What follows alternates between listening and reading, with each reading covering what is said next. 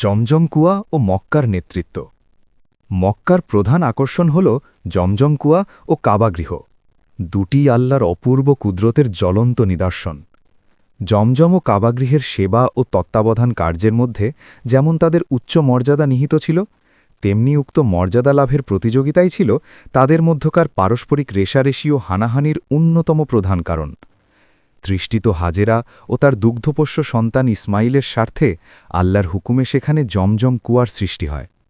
পরবর্তীতে এই পানিকে কেন্দ্র করেই ইয়ামান থেকে আগত ব্যবসায়ী কাফেলা বনু জুরহুমের মাধ্যমে মক্কায় জনবসতি গড়ে ওঠে। এরপর ইব্রাহিম ও ইসমাইলের মাধ্যমে আল্লাহর হুকুমে সেখানে কাবা গৃহ নির্মিত হয়। ইসমাইল আলাহিসাল্লাম তাদের মধ্যে বিবাহ করেন। অতঃপর তার সন্তানেরা বংশ পরম্পরায় জমজম ও কাবার মর্যাদাপূর্ণ দায়িত্বে আসীন ছিলেন। কিন্তু পরবর্তীতে বনু জুরহুম সেখানে বিপর্যয় সৃষ্টি করে এবং কিছু হারামকে হালাল করে। তারা বহিরাগতদের উপর জুলুম করে, এমনকি কাবার উদ্দেশ্যে প্রদত্ত উপঢৌকনাদি ভক্ষণ করে। ফলে আল্লাহ তাদের হাত থেকে দায়িত্ব ছিনিয়ে নেন এবং বনু বকর বিন আব্দে মানাত বিন কিনানাহা ও গুবশান বিন খুজাহার মাধ্যমে তাদেরকে হটিয়ে দেন। বনু জুরহুম মক্কা থেকে বিতাড়িত হয়ে ইয়মনে ফিরে যাওয়ার সময় জমজম কুয়া বন্ধ করে দিয়ে যায়। পরবর্তীতে বনু বকরকে হটিয়ে বনু খুজাহা মক্কার একক ক্ষমতায় আসে এবং তারা কয়েক যুগ ধরে উক্ত মর্যাদায় আসীন থাকে।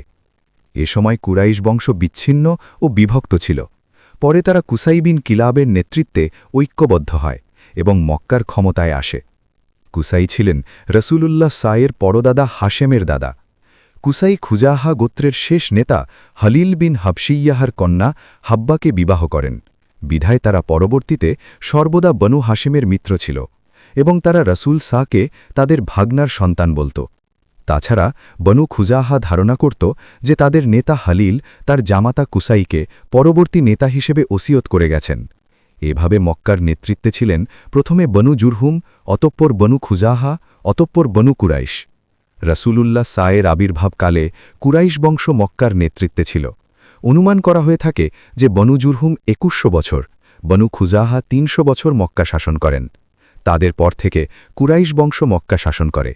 পক্ষান্তরে বনু খুজাহার হাতে ইতিপূর্বে বিতাড়িত বনু বকর সর্বদা রসুল সায়ের বিরোধী জোটের মিত্র ছিল।